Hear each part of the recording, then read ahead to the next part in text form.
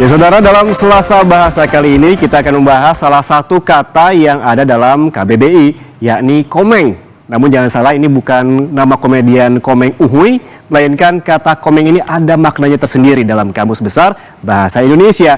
Lalu kira-kira apa ya artinya? Yuk kita simak penjelasannya dalam Selasa Bahasa berikut ini untuk Anda.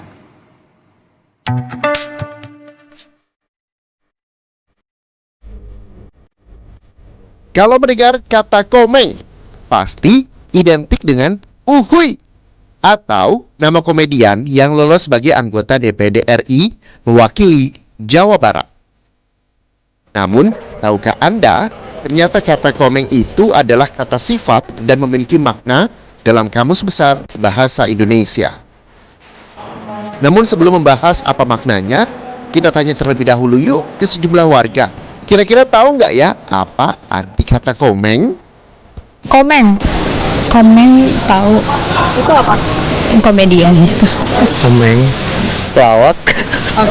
Komeng. Komedian. Oke.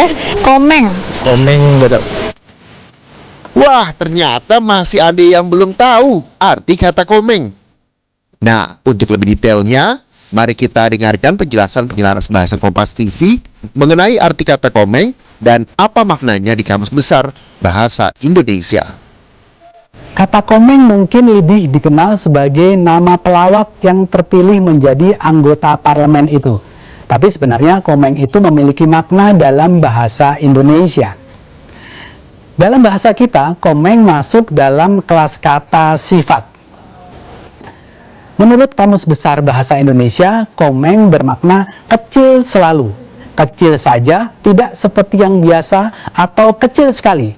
Kita juga bisa menggunakan kata komeng ditambah awalan se menjadi sekomeng, yang artinya sedikit sekali.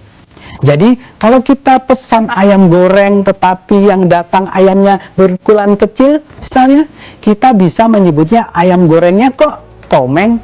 Jadi, bisa nih kita menggunakan kata komeng dalam sejumlah konteks.